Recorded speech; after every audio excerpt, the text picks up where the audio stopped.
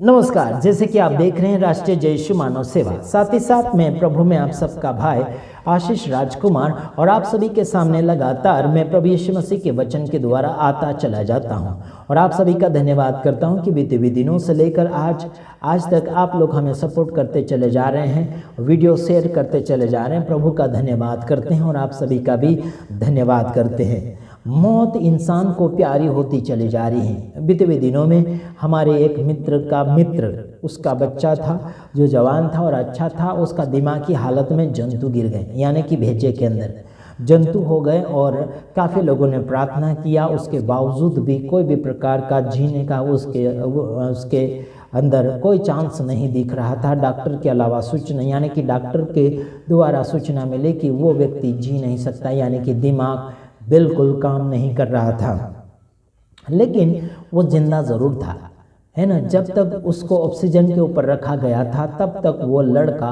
जिंदा था। मैंने ज़रूर उनको कहा कि दिमाग की हालत कभी न कभी उसकी सुधर जाएगी तो ऑक्सीजन ज़रूर आप घर तक लाइए, उसका बिल ज़रूर देते रहेंगे। ये भी मैंने उन्हें सूचना दी थी, लेकिन ये सारी बातें उन्होंने ध्यान नहीं दिया, खर्चे को डरते रहे और जब ऑक्सीजन उस लड़के से दूर कर दिया गया तब उसकी जान चली गई।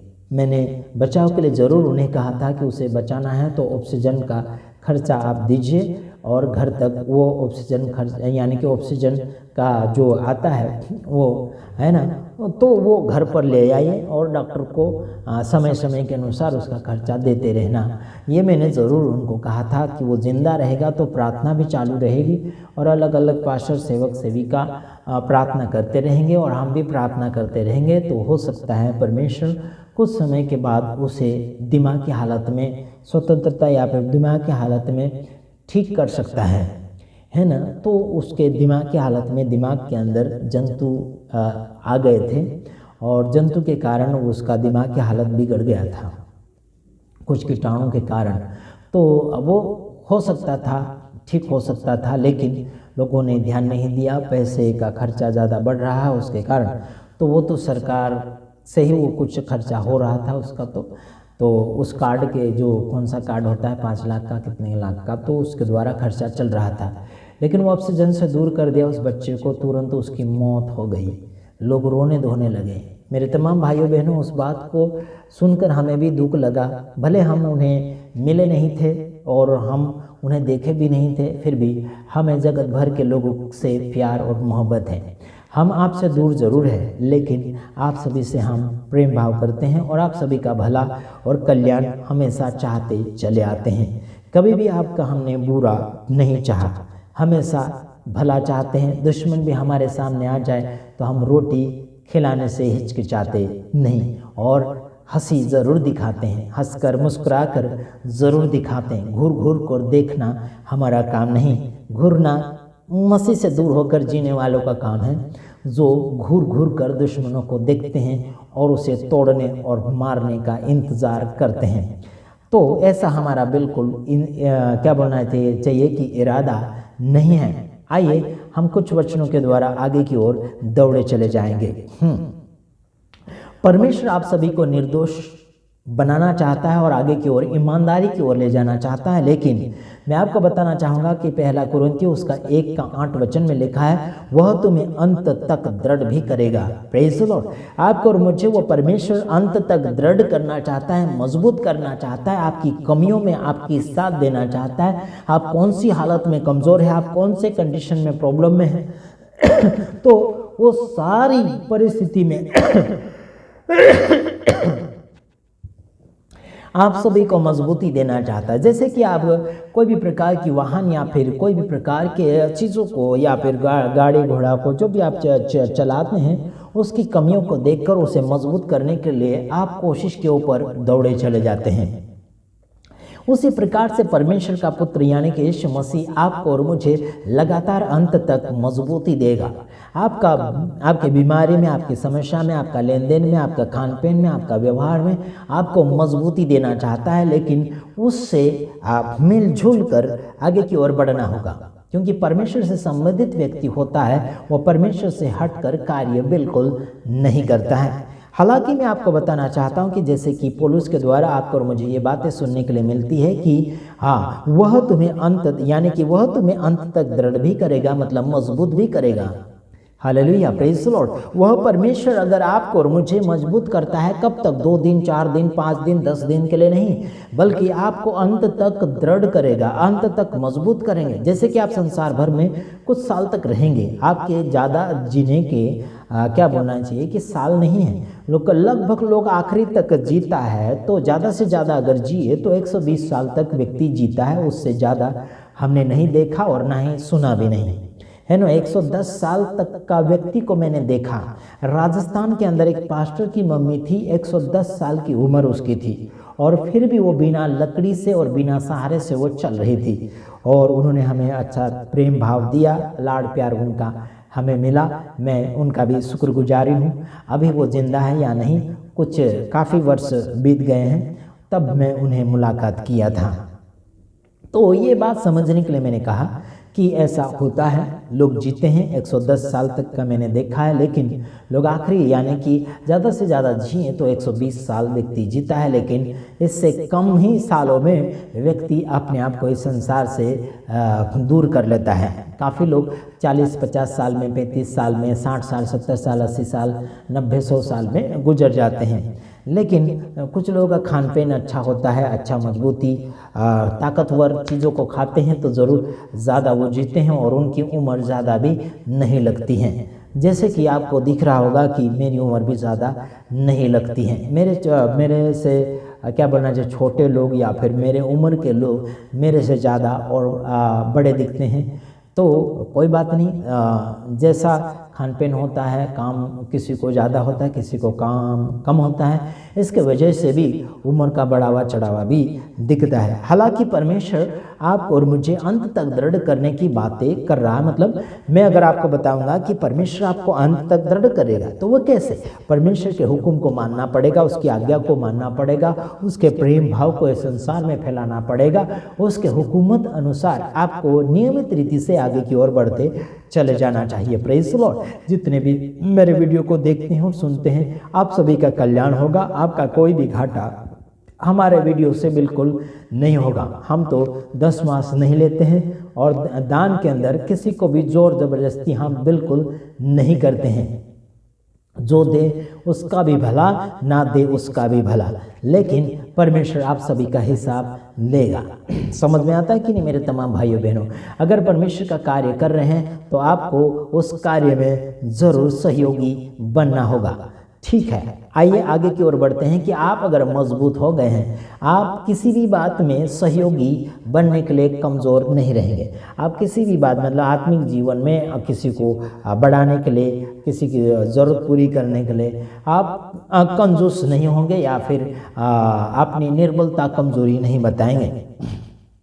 मजबूती ही आपके अंदर रहेगी तो मजबूती ही आप दिखाते चले जाएंगे। तो आइए आगे और हम आपको पढ़कर सुनाना चाहते हैं कि तुम हमारे प्रभु यीशु मसीह के दिन में निर्दोष ठहरो। Praise the Lord. प्रभु यीशु मसीह आपको और मुझे मजबूत करेंगे, यानी कि परमेश्वर आपको और मुझे मजबूती देगा, ताकत देगा, बल देगा, हर परिस्थिति में आपको विजेता देगा। और प्रभु यीशु मसीह जब आएगा उस दिन आपको निर्दोष ठहरने का मौका मिलेगा।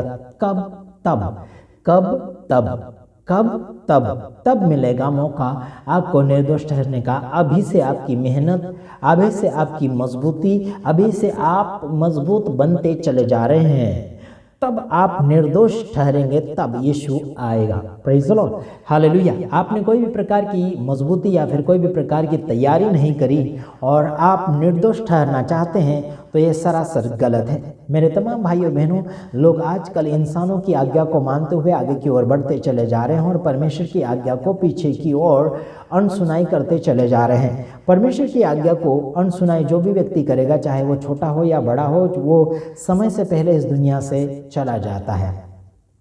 आइए और कुछ बातें कि परमेश्वर के ऊपर भरोसा नहीं करता बल्कि दवा दारू के ऊपर भरोसा करता, वो व्यक्ति आधा अधूरा मसीह में है।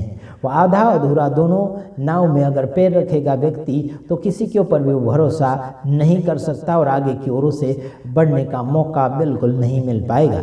आइए कुछ और बातों के द्वारा आपको हम समझाना और सुलझाना भी चाहते हैं। हाँ, हाँ, आगे सुनाना चाहते हैं आप सभी को कि आपका और मेरा दिमाग की हालत, आपका और मेरा समझ शक्ति जानवरों के समान नहीं होना चाहिए, बल्कि आपकी और मेरी समझ शक्ति ईश्वर के समान होना चाहिए।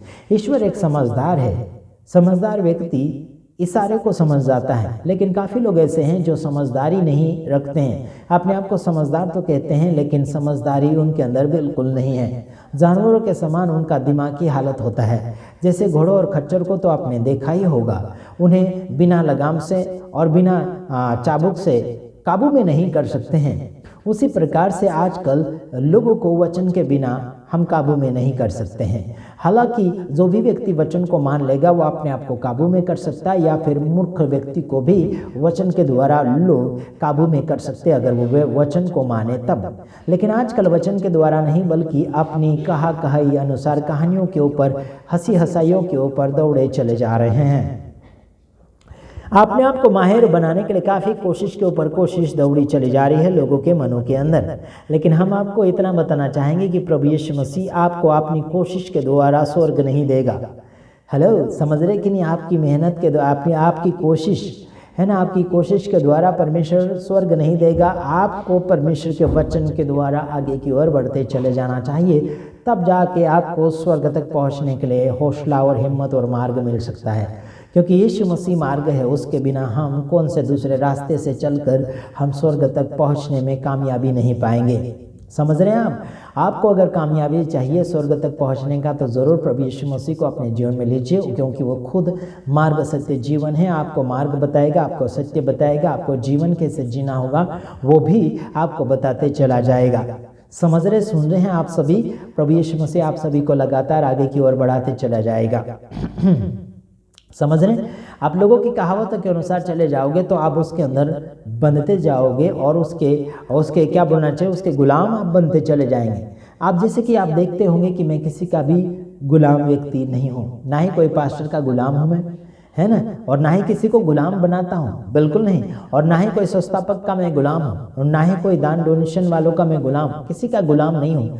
मैं सामने वाले भाइयों बहनों को कहता हूँ कि ज़रूर आपके अंदर अगर प्रभु परमेश्वर प्रेरणा अगर देता है, तो ज़रूर इस राष्ट्रीय जय यीशु मानव सेवा को आगे की ओर बढ़ाने के लिए आप अपना योग्य दान दे सकते हैं। उसमें कोई भी प्रकार का जोर ज़बरदस्ती नहीं है, कोई भी प्रकार का दबाव नहीं है। इतना दो उतना दो, इतना भी कहने की हमें आवश्यकता नहीं। मेरे तमाम भाइयों बहनों, हम वर्षों से सेवा करते चले आ रहे हैं, किसी को भी हमने नहीं कहा कि इतना आपको देना ही होगा, है ना। हम किसी को भी रोक टोक नहीं करते, वो दे या ना दे, हमें बस परमेश्वर का वचन आगे की ओर फैलाना है। हम किसी के दान या फिर डोनेशन के द्वारा हम क्या बोलना चाहिए कि जीने के लिए कोशिश नहीं करते, बल्कि उन सभी का हम धन्यवाद देते हैं कि जो हमें जिंदा रखने के लिए या फिर क्या बोलना चाहिए सेवकाई क्षेत्र को ताज़ा और हष्ट-पुष्ट रखने के लिए सहयोग करते हैं। उन सभी का हम शुक्रिया अदा करते हैं।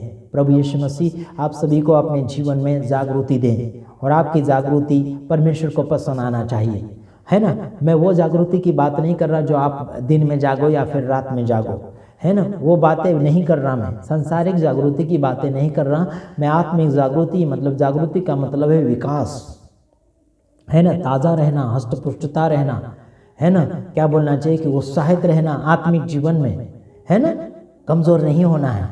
जैसे कि सुबह आप जागते हैं, फिर नहाते धोते ब्रश करते खाते पीते जो भी है, फिर आपके अंदर तंदुरुस्ती आती है, शक्ति आती है, फिर आप पूरे दिन भर, है ना, ताकत भर आप काम कर सकते हैं। शाम तक आपका जो ताकत खत्म हो जाती, फिर रात को आप खाना खा के सो जाते हैं, फिर आपको सुबह शक्ति, है ना, अनुभव होती है कि आप ताकतवर है, और 12 घंटे या फिर 8 घंटे आप आराम से काम कर सकते हैं, चाहे मतलब शाम तक आप अपनी शक्ति को इस्तेमाल कर सकते हैं। लेकिन परमेश्वर पिता जो है वो आपको और मुझे हमेशा की शक्ति देना चाहता है। आप बुजुर्ग हो जाएंगे, आपका शरीर थक जाएगा, कोई बात नहीं, लेकिन आपको आत्मिक शक्ति की आवश्यकता बहुत ज़रूरी है, जो आपको हमेशा मजबूती देगा। Praise the Lord, hallelujah. हाँ, मैं आपको वचन पढ़कर सुनाऊंगा, उसके बाद में मैं समाप्ति की ओर जाऊंगा। आपको और मुझे परमेश्वर की आज्ञा के अनुसार चलते चले जाना चाहिए, यानी कि यूहन्ना उसका 14 का 15 में लिखा गया है। यीशु खुद कहते हैं क्या कहते हैं मैं आपको सुनाना चाहूँगा। यदि तुम मुझसे प्रेम रखते हो तो मेरी आज्ञाओं को मानोगे। प्रभु यीशु मसीह का कहना है कि अगर तुम प्रभु यीशु मसीह से प्रेम करते हो तो उसकी आज्ञा को मानना बहुत ही अनिवार्य हो चुका है। यीशु मसीह कहते खुद कि अगर तुम मुझसे प्रेम करते तो मेरी आज्ञा और हुक्म को पालन करना ही होगा। अगर पालन नहीं करते तो बस दिखावा कर रहे हैं, बस रविवार को आ रहे हैं, शनिवार को आ रहे हैं, आराधना स्तुति कर रहे हैं, भक्ति कर रहे हैं, बल्कि आप परमेश्वर से प्यार और मोहब्बत नहीं कर रहे हैं। ये घाटा आपका है मेरे तमाम भाइयों बहनों, है ना। आपकी ज़िंदगी प्यार के बिना नहीं होना चाहिए। आपका ज़िंदगी जो है प्रेम के बिना नहीं होना चाहिए। आप कुछ भी खाना बनाते हो उसमें रस अगर नहीं बनाओगे, है ना, रस अगर नहीं बनाओगे, पानी अगर उसमें नहीं डालोगे तो वो ज़्यादातर स्वादिष्ट नहीं लगता है। मेरे तमाम भाइयों बहनों, अगर आप प्रभु में लगातार टिकते चले जा रहे हैं, वर्षों से आप जी रहे हैं प्रभु में, लेकिन आपके अंदर प्यार और मोहब्बत की बातें नहीं हैं, तो आप किसी भी काम के नहीं हैं। प्रभु के अंदर आपकी ज़िंदगी कोई काम की नहीं है। आपको प्रभु के अंदर वाला प्रेम सीख लेना चाहिए, जो प्रभु यीशु मसीह सभी से एक समान प्रेम करता है और माँ बाप का गुण रख कर वो आगे की ओर बढ़ता चला जाता है। धन्यवाद। मैं आशा करता हूं कि आपने इस वीडियो के द्वारा कुछ बातें अपने जीवन में लागू किया होगा और बदलाव किया होगा। प्रभु आप सबको कल्याण दें और आशीषित करें। हम दूसरे वीडियो में आएंगे, तब तक के लिए आप सभी से विदाई चाहते हैं। God bless you. आमीन।